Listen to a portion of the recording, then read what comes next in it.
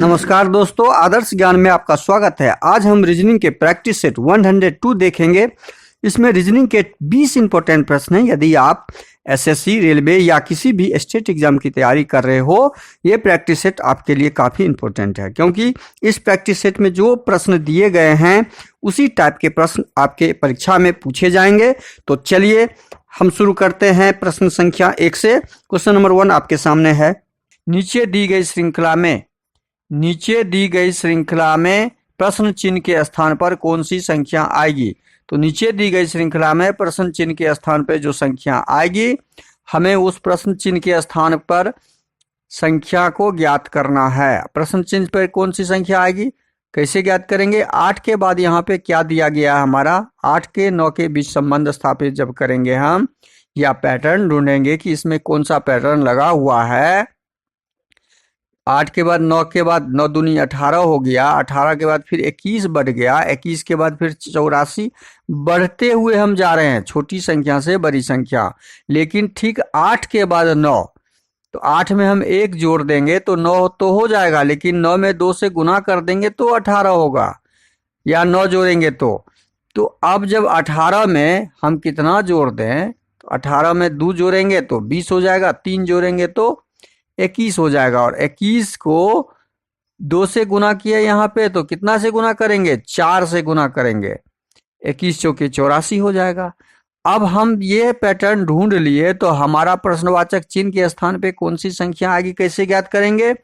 तो इस यहाँ पे पैटर्न क्या दिख रहा है? यहाँ पे पैटर्न हम आपको दिख रहा है सामने में, क्या कि पहले हम 1 जोड़ते हैं और अगली संख्या में 2 से गुना करते हैं, फिर हम 3 से, मतलब विषम संख्या से जोड़ और सम संख्या से गुना किया जा रहा है अगली संख्या के साथ, तो हमारा पैटर्न सीरीज कंप्लीट हो जा रहा है। इस पैटर्न के हिसाब से सीरीज कंप्लीट हो जा रहा है। तो अब हम गुना कर लिए यहाँ पे, तो अगला पैटर्न हमारा किस चीज का आएगा? जोड़ का आएगा। जोड़ हमने 3 का कर लिया है, तो अगली विषम संख्या 5 होगी, तो 84 में 5 जोड़ेंगे तो हमारा आंसर क्या आ जाएगा? 89, 89, जो कहाँ पे दिया हुआ है? ऑप्शन सी में दिया हुआ है। अगला प्रश्न है क्वेश्चन नंबर 2। नीचे दिए गए विकल्पों में से संबंधित संख्या को चुनिए। संबंधित संख्या को चुनते हुए प्रश्नवाचक चिन्ह के स्थान पे देखिए, यहाँ क्लियर दिख रहा है कि क्रिकेट शब्द का संबंध 11 के साथ क्या है? क्रिकेट में 11 प्लेयर होते हैं, वही संबंध है क्रिकेट का या प्लेयर का यहाँ पे नंबर है। तो कबड्डी में कितने प्लेयर होते हैं? कबड्डी में 7 प्लेयर होते हैं, तो हमारा आंसर क्या हो जाएगा यहाँ पे? ऑप्शन बी हो जाएगा, 7। कबड्डी में 7 प्लेयर होते हैं। जिस प्रकार क्रिकेट का संबंध 11 के साथ है, 11 प्लेयर होते हैं, उसी प्रकार कबड्डी में 7 होते हैं। अगला प्रश्न क्वेश्चन नंबर 3। यदि 7% 8 बराबर 30 दिया हो, 4% 9 बराबर 18 दिया हो, तो 5% 7 का मान ज्ञात करना है। परसेंटेज की जगह हम गणित का कोई भी मार्किंग रख सकते हैं, कोई भी, जिससे हमें 30 प्राप्त होना चाहिए। यदि 7 और 8 को जोड़ दें हम, तो 8 7 15 को 2 से गुना कर दें तो हमें क्या प्राप्त होता है? 30। 4 और 9 में क्या वही लग रहा है? 4 और 9 को जब जोड़ दें तो 9 4 13, और 13 को 2 से गुना करते हैं तो 13 दूना 26, लेकिन हमें लाना क्या है? 18। तो हमारा यह पैटर्न वर्क नहीं किया, तो अब हम दूसरा पैटर्न ढूंढेंगे। दूसरा पैटर्न क्या ढूंढेंगे? दूसरा पैटर्न आखिर क्या लगा हुआ है, अब उसे हम ढूंढना चाहेंगे। उसे ढूंढने के लिए क्या करेंगे हम? उसे ढूंढने के लिए 7 और 8 को गुना करते हैं। 7 और 8 को गुना करके देखते हैं। 7% 8, 7 गुने 8 यदि करते हैं तो 8 7 56, क्लियर। और इसके अंकों के 56 के अंकों को जब गुना करते हैं तो हमारा 30 आता है। यही हम 49 के साथ यदि करें, 4 और 9 को गुना करते हैं, 4 9 36, और इसके अंकों को जब गुना करते हैं 3 गुनी 6 तो 18। देखिए हमारा आ गया यहाँ पे कोड। हमने पैटर्न ढूंढ लिया। पैटर्न क्या लगा हुआ था कि संख्याओं के बीच गुना करके गुणनफल का अंकों का गुना हमारा कोड ज्ञात हो गया। तो अब हम 5% 7 का कोडिंग जब ज्ञात करेंगे, 5% 7 को ज्ञात करेंगे तो 5 गुने 7 करेंगे तो 5 गुने 7 क्या हो गया 35, और 35 के अंकों को गुना कर देंगे तो 5 दिया 15। हमारा आंसर क्या आ रहा है 15 आ रहा है, जो कहाँ पे दिया हुआ है ऑप्शन डी में दिया हुआ है। ऑप्शन डी हमारा सही हो जाएगा, ऑप्शन डी सही हो जाएगा। अगला प्रश्न है क्वेश्चन नंबर 4।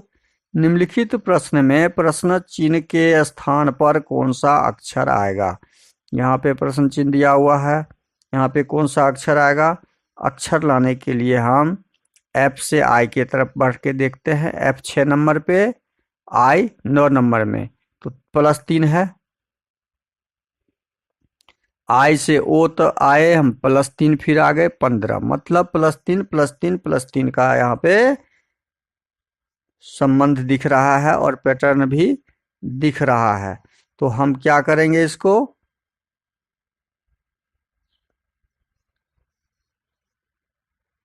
6 3 9 9 3 12 नहीं, यहाँ पे आपका वह पैटर्न नहीं दिख रहा है। यहाँ पे +3 नहीं है, यहाँ पे आपका 15 है। तो हम 9 में 6 जोड़ेंगे तो 15 होगा। तो हम अब हम दूसरा पैटर्न क्या ढूंढेंगे, दूसरा पैटर्न ढूंढेंगे यहाँ पे कि 6 को क्या करें, ये एफ होता है 6 नंबर में, आई होता है 9 नंबर में। यदि इस दोनों को जोड़ते हैं तो 9 6 15, और ओ होता है 15 नंबर। समझ में आ गया। इसी प्रकार ई होता है 5 नंबर पे, एम होता है 13 नंबर पे। इस दोनों को यदि जोड़ दें तो 15 13 5 18 बराबर आर होता है 18 नंबर पे। तो हमने संबंध ढूंढ लिया। क्या ढूंढ लिया कि स्थानीय मान का योग 1 होता है 1 नंबर पे, जे होता है 10 नंबर। इस दोनों को जोड़ देंगे तो हमारा आंसर 11 आता है, जो 11 आंसर हो गया। और 11 नंबर पे के होता है, जो ऑप्शन सी में दिया हुआ है। तो इस प्रश्न का सही आंसर क्या आ जाएगा, ऑप्शन सी। अगला प्रश्न है क्वेश्चन नंबर 5। निम्नलिखित प्रश्न में उस वेन आरेख का चयन करें जो सर्वोत्तम रूप से दर्शाता है। गेहूं का संबंध अनाज के साथ है और चावल का संबंध भी अनाज के साथ है। दोनों खाद्य पदार्थ हैं, गेहूं भी और चावल भी। गेहूं भी खाने वाला पदार्थ है और चावल भी। गेहूं चावल यदि नहीं होता तो आदमी जीवित नहीं हो पाता। भोजन के लिए गेहूं चावल की आवश्यकता पड़ती है। तो यदि ये गेहूं का हम डायग्राम बनाते हैं और ये चावल का डायग्राम बनाते हैं तो ये दोनों किसके अंतर्गत आ जाएगा, ये दोनों आपका अनाज के अंतर्गत आ जाएगा। किसके, ये अनाज का हो गया डायग्राम। तो अनाज के अंदर दोनों ये अनाज के नाम हैं। तो हमने संबंध ढूंढते हुए तो इस प्रकार का ऑप्शन सी में हमारा आंसर दिया हुआ है, तो ऑप्शन सी हो जाएगा सही। अगला प्रश्न है क्वेश्चन नंबर 6। किसी सांकेतिक भाषा में नोबेल को CF, देखिए NOBEL को क्या लिखा है CFMOP। N को C में कन्वर्ट किया है तो N होता है 14 नंबर पे, C होता है 3 नंबर पे। तो 14 में से 10 घटाएंगे तो बहुत का अंतर हो जाता है। तो यहाँ पे है दूसरा चीज क्या किया है वो देखिए, बी को 2 अक्षर छोड़ के बी को सी किया। देखिए यहाँ पे क्या किया समझिएगा, यहाँ पे बी को सी कर दिया है +1 करके, ई को एफ कर दिया है +1 करके, एल को एम कर दिया है +1 करके। मतलब इस सब में +1 है, इस सब में +1 है, +1 है। अब यहाँ पे 3 अक्षर तो हमने कर दिया, ओ को पी किया है। देखिए फर्स्ट वाले अक्षर को सेकेंड लास्ट किया, ओ को पी किया और एन को ओ किया है। तो ये क्रॉसिंग करके ऐसे, और सब में +1 करके +1 करके क्रॉसिंग मेथड लगाया हुआ है, क्रॉसिंग पैटर्न लगा हुआ है। तो उसी प्रकार से हम फर्स्ट के साथ भी लगाएंगे, FIRST। फर्स्ट के साथ जब लगाएंगे तो फर्स्ट के साथ जब हम जाएंगे तो कैसे जाएंगे, हम 2 अक्षर छोड़ देंगे। देखिए ये 2 अक्षर को छोड़ देंगे क्योंकि 2 अक्षर के बाद हमने तीसरा अक्षर से लिया था। तीसरा अक्षर R में +1 करेंगे तो क्या हो जाएगा, S हो जाएगा। S में +1 करेंगे तो क्या हो जाएगा, T हो जाएगा। और T में +1 करेंगे तो क्या हो जाएगा, U हो जाएगा। अब हम शुरू किधर से करेंगे, सेकेंड लास्ट को लास्ट में रखेंगे। सेकेंड लास्ट को हम लास्ट में रखेंगे, I को लास्ट में रखेंगे तो I में +1 करेंगे तो J हो जाएगा। और F में +1 करेंगे तो कितना हो जाएगा, G हो जाएगा। +1 का पैटर्न लगाते हुए सब में तो हमारा आंसर क्या निकल रहा है, STUGJ जो ऑप्शन सी में दिख रहा है, ऑप्शन सी हमारा क्या हो जाएगा, सही हो जाएगा। ऑप्शन सी सही हो जाएगा। अगला प्रश्न है क्वेश्चन नंबर 7। क्वेश्चन नंबर 7, निम्नलिखित प्रश्न में दिए गए विकल्प में से विषम संख्या का चयन करें। विषम संख्या का चयन करें निम्नलिखित में से। और विषम संख्या का चयन करने के लिए क्या करेंगे, हम दिए गए विकल्पों में से विषम संख्या 5 को 50 कैसे किया गया है। 5 का संबंध 50 के साथ ज्ञात करते हैं। तो 5 को यदि 10 से गुना कर देते हैं तो 50, लेकिन 8 को 10 से गुना करने पर 80 आएगा नहीं। तो यहाँ पे क्या किया है, 5 का स्क्वायर यदि करते, देखिए यहाँ पे 5 का स्क्वायर यदि कर दे तो 25, और 25 को 2 से गुना कर दे तो 50। 8 का स्क्वायर कर दे तो 64, और 64 को 2 से गुना करते हैं तो 128। 3 का स्क्वायर कर दें, 3 का स्क्वायर तो 3 3 9, और 9 को 2 से गुना। देखिए ये पैटर्न हमारा मिल गया है। कौन सा पैटर्न लगा हुआ है, संख्या का स्क्वायर जब कर देते हैं और उसको 2 से गुना करते हैं तो संख्या 12 3 दूनी 6 62 हो रहा है। देखिए अब भिन्न हमको चुनना है। भिन्न हम किस आधार पे ज्ञात करेंगे कि सारे संख्या का स्क्वायर करने के बाद 2 से गुना करते हैं तो हमारा संख्या प्राप्त हो रहा है। लेकिन यहाँ पे संख्या प्राप्त नहीं हो रहा है, यहाँ पे 64 जो है वह प्राप्त नहीं हुआ। इसका मतलब यह भिन्न है और हमारा आंसर ऑप्शन डी हो जाएगा। हमारा आंसर क्या हो जाएगा, ऑप्शन डी हो जाएगा। अगला प्रश्न है क्वेश्चन नंबर 8, निम्नलिखित अक्षर श्रृंखला श्रेणी में प्रश्नवाचक चिन्ह के स्थान पर अक्षर, पहले तो काउंट कर लीजिए, 1 2 3 4 5 6 7 8 9 10 11 12 13 14 15 16। 4 4 का बांट सकते हैं, 1 2 3 4 1 2 3 4 1 2 3 4 4 4 बांट दिए। अब यहाँ पे देखिए के बाद यहाँ पे देखिए KLM, शुरू में यहाँ के है और यहाँ शुरू खाली है, इसका मतलब के यहाँ भराएगा। के बाद L है तो L भरेंगे, M है तो M है, के है, मतलब डबल के है, KL M KL। हमने भरा क्या, L K M L, जो कहाँ पे दिया हुआ है, जो हमारा आंसर बी में दिया हुआ है, LKML, ऑप्शन 2 सही हो जाएगा। अगला प्रश्न है क्वेश्चन नंबर 9, नीचे दिए गए विकल्प में से संबंधित शब्द को चुनिए।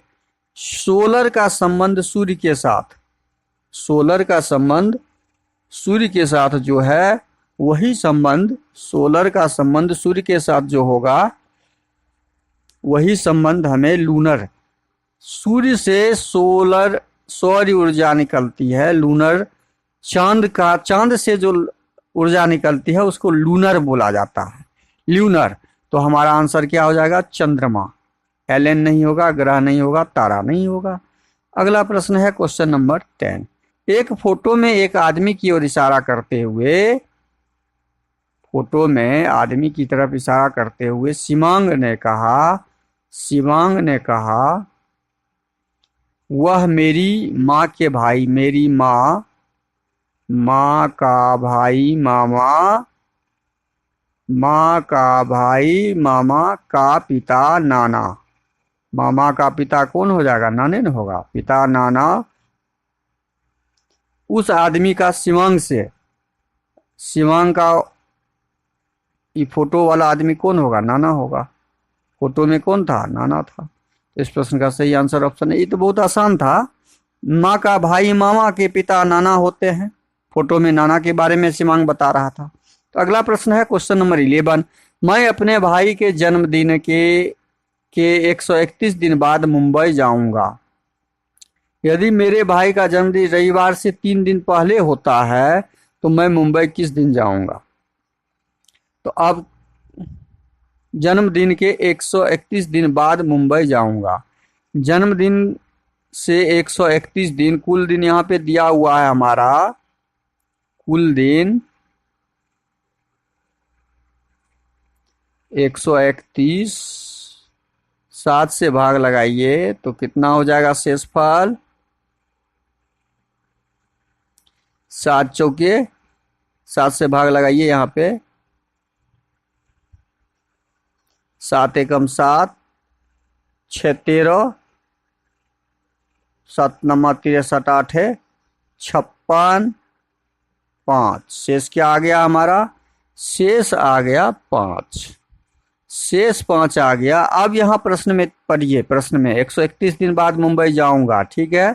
यदि मेरे भाई का जन्मदिन रविवार से 3 दिन पहले होता है, रविवार से जन्मदिन के दिन पहुंचेंगे तो 5 दिन पहले, तो रविवार जन्मदिन कौन सा दिन हो गया? रविवार से 3 दिन पहले। 3 दिन पहले का मतलब हो गया शनिवार और शुक्रवार, गुरुवार। 3 दिन पहले कौन सा दिन हो जाएगा? गुरुवार हो जाएगा, ठीक है। अब गुरुवार को पहुंचा और गुरुवार में 5 दिन शेष जोड़ देंगे। गुरुवार में कितना दिन शेष जोड़ देंगे? शेष हमारा जुड़ जाएगा 5। अब गुरुवार में 5 दिन जोड़ देंगे तो गुरुवार, शुक्रवार, शनिवार, रविवार, सोमवार, मंगलवार। तो वह किस दिन पहुंचेगा? मंगलवार को पहुंचेगा।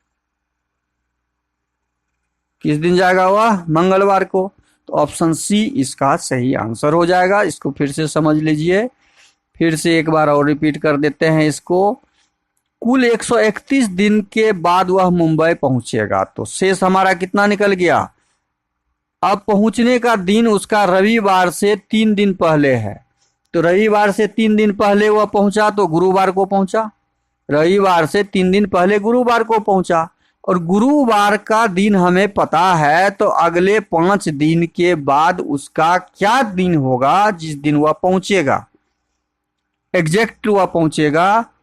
ये इसका जन्मदिन हुआ, गुरुवार पहुंचेगा नहीं, ये जन्मदिन हुआ, ठीक है।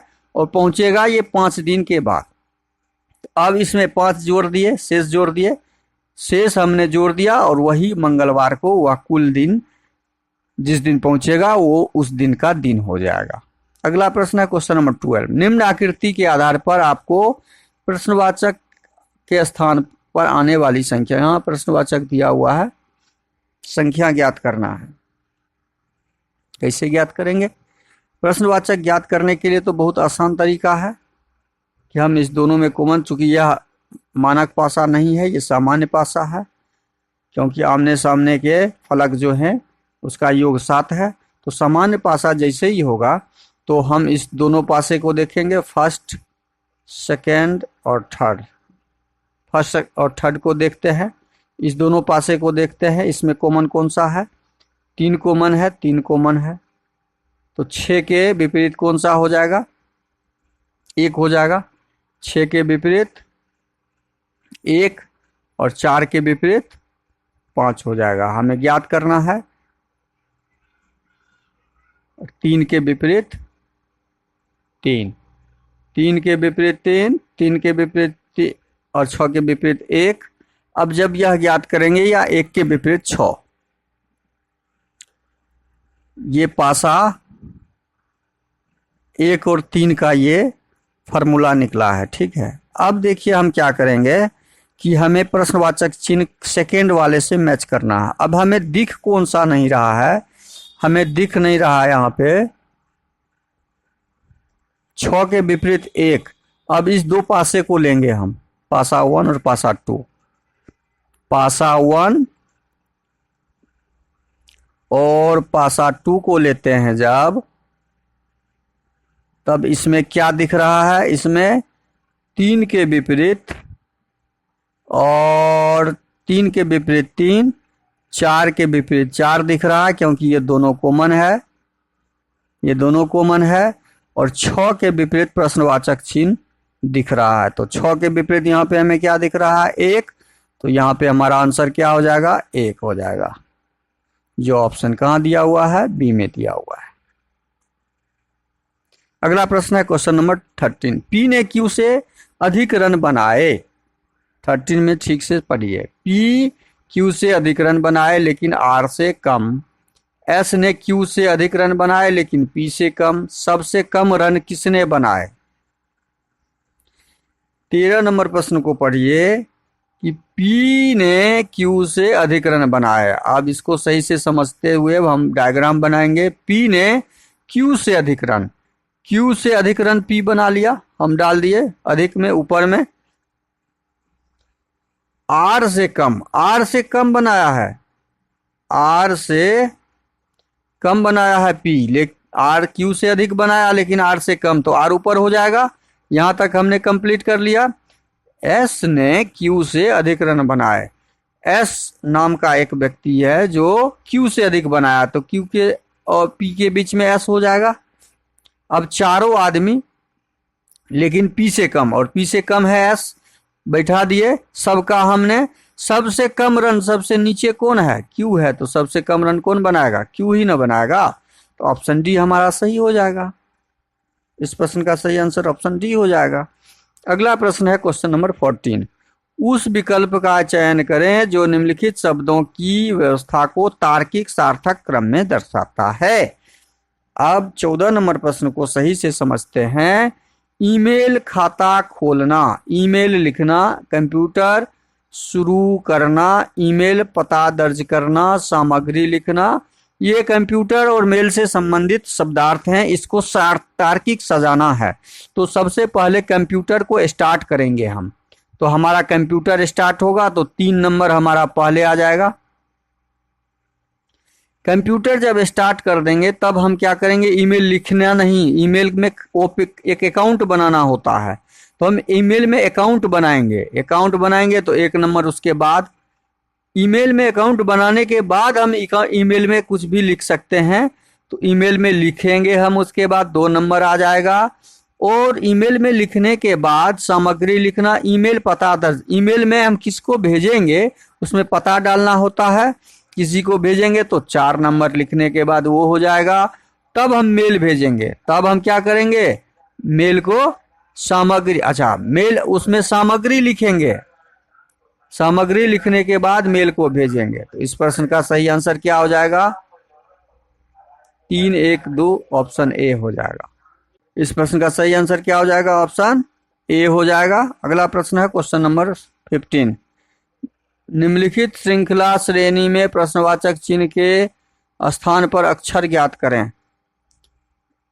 इसके स्थान पे कौन सा अक्षर आएगा, के में कितना जोड़ने से एल हो जाता है, के 11 नंबर पे होता है, एल 12 नंबर में, तो के में 1 जोड़ दिए तो 11 से 12 हो गया। एल में कितना जोड़ेंगे जो 14 हो जाएगा, 2 जोड़ेंगे तो 1 के बाद 2 जोड़े, 1 के बाद क्या किए हैं, 2 जोड़े हैं, तो अगली संख्या में क्या जोड़ेंगे हम, 3 जोड़ेंगे। तो 14 में 3 जोड़ेंगे तो 17, 17 कहाँ पे होता है, क्यू 17 पे होता है, और क्यू वाला हमारा एक ही आंसर है जो ऑप्शन सी में दिया हुआ। हम इसके आगे पैटर्न बना भी सकते हैं, नहीं भी बना सकते हैं, आपको एग्जाम में इसके आगे कुछ नहीं करना है। क्वेश्चन नंबर 15 मेरा कंप्लीट है। लेकिन दूसरे अक्षर में क्या पैटर्न लगा हुआ है वो जानकारी भी आपको होना जरूरी है। यदि क्यू वाला सारा ऑप्शन होता तो हम दूसरा अक्षर को मिलाते हैं। y से x में आए तो -1 आए, x से v में आए तो -2 आए, उसी प्रकार यहाँ -3 होके आएंगे। v से मतलब 22 से -3 होंगे तो 19 हो जाएगा और 19 में हमारा s होता है। अब तीसरा अक्षर है इसमें, तीसरा अक्षर में क्या पैटर्न है वो भी हम ढूंढ लेते हैं। 3 से b में आए तो -1 आए, b से d में आए, b से d में आए तो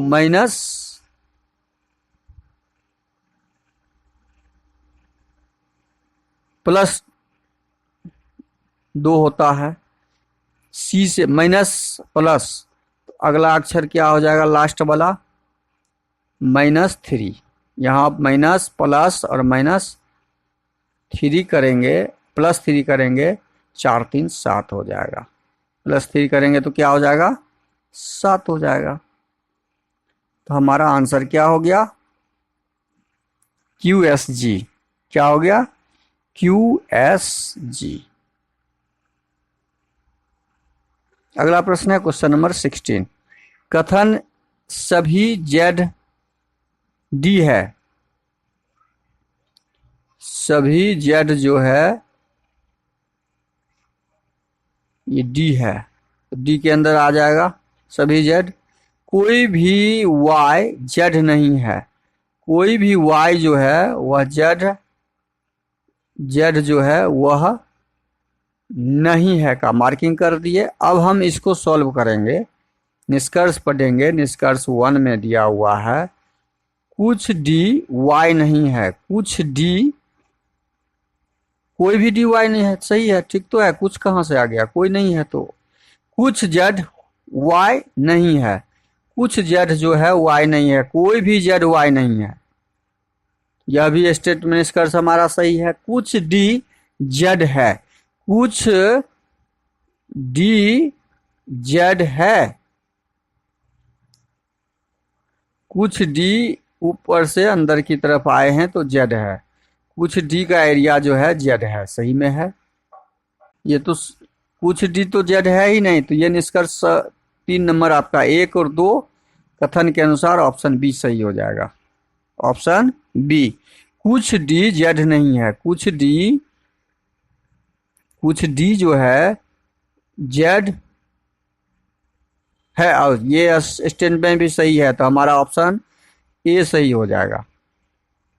क्योंकि कुछ D का एरिया, ये तो पूरा D Z में है, पूरा Z D में है, तो ये D का कुछ एरिया तो घेरा हुआ है। अगला प्रश्न है क्वेश्चन नंबर 17। नीचे दिए गए आकृति में त्रिभुज की संख्या ज्ञात करें। 1 2 3 4, 8 त्रिभुज। यहाँ 4 को 2 से गुना करेंगे तो 8 त्रिभुज। यहाँ पे 8, 1 9, 1 10, 1 11, 3 त्रिभुज यहाँ, तो 11 त्रिभुज हो गया। 11 त्रिभुज यहाँ हो गया, तो एक त्रिभुज ये आपका हो गया 11 1, ऐसे आ जाइए, एक त्रिभुज ऐसे है तो 11 1 12। एक त्रिभुज आपका हो गया ये वाला 12 1 13, दिख रहा है। एक त्रिभुज ये ब्लू वाला हो गया 11 1 12 1 13 त्रिभुज। अब देखिए कहाँ पे दिख रहा है 13, 13 के बाद एक त्रिभुज यहाँ दिख रहा है, एक त्रिभुज दिख रहा है 14, ये हरा वाला 14, और एक त्रिभुज ये दिख रहा है ये गुलाबी वाला, नीचे से ऐसे आएगा और ये ऐसे चला जाएगा। तो एक त्रिभुज ये हो गया, और एक त्रिभुज आपका दिख रहा है यहाँ पर ब्लैक वाला, ये त्रिभुज देखिए, ये त्रिभुज एक दिख रहा है, ये त्रिभुज ब्लैक वाला त्रिभुज ऐसे। तो आपका अब जोड़िए कुल त्रिभुज कितना हुआ, 11 12 13 14 15 16, कुल त्रिभुज की संख्या इसमें 16 है, जो ऑप्शन डी में दिया हुआ है, तो हमारा ऑप्शन डी सही हो जाएगा। अगला प्रश्न है क्वेश्चन नंबर 18, सही दर्पण प्रतिबिंब का चयन कीजिए। सही दर्पण प्रतिबिंब का चयन करेंगे तो डी हमारा यहाँ उल्टा हो जाएगा, एस हमारा उल्टा हो जाएगा। अच्छा, डी उल्टा हो जाएगा तो यहाँ के से शुरू है तो के वाला तो संभव नहीं है। डी से शुरू है तो एस यहाँ पे सीधा है, और एस हमारा यहाँ पे देखिए यहाँ पे सीधा दिया हुआ, यहाँ पे उल्टा है, तो ऑप्शन बी भी नहीं होगा। तो बचा क्या, ऑप्शन सी हमारा सही आंसर हो जाएगा। अगला प्रश्न है क्वेश्चन नंबर 19, एक कागज को नीचे दिखाए के अनुसार मोड़े गए काटा गया है, मोड़ा गया है, इसे काटा गया, खोला गया। इसको जब खोलेंगे, यह कागज जब खुलेगा तो यहाँ पे ये त्रिभुज ऊपर का नीचे, तो ये त्रिभुज ऐसे बन जाएगा। यहाँ पे भी ये त्रिभुज बन जाएगा ऐसे। जब ये इधर खुलेगा तो यहाँ भी ऐसे बन जाएगा, और यहाँ भी ये ऐसे बन जाएगा, और ये यहाँ पे चौखुट तो होगा ही, ये यहाँ भी चौखुट में आएगा ही। यहाँ पे एक त्रिभुज सीधा होगा, और यहाँ पे एक त्रिभुज सीधा होगा। अच्छा, इस प्रकार का आकृति देखिए कहाँ पे दिख रहा है, दो त्रिभुज उल्टा ऊपर में, ये एक उल्टा एक सीधा है, यहाँ पे ये संभव नहीं है। ये दो त्रिभुज उल्टा दिख रहा है, यहाँ दो त्रिभुज सीधा दिख रहा है, ये तो संभव नहीं है सी। ये उल्टा दिख रहा है, ये दोनों सीधा दिख रहा है, ये दोनों, ये भी उल्टा होगा, तो ऑप्शन डी भी संभव नहीं है। तो ये हमारा उल्टा उल्टा उल्टा उल्टा मिल गया है, तो ऑप्शन बी हमारा सही हो जाएगा। अगला प्रश्न है क्वेश्चन नंबर 20, नीचे दिए गए विकल्प में से संबंधित अक्षर को चुनिए, और इसका आंसर आपको कमेंट बॉक्स में जरूर डालना है। कमेंट बॉक्स में ऑप्शन ए, बी, सी या डी, जो भी ऑप्शन सही हो ऑप्शन डाल के आप कमेंट जरूर कीजिएगा। वीडियो शुरू से अंत तक जरूर देखिए। वीडियो अच्छा लगे तो लाइक कमेंट कर दीजिए। चैनल पे नए आए हैं तो प्लीज़ चैनल को सब्सक्राइब कर लीजिए। थैंक यू, धन्यवाद। जय हिंद, जय भारत।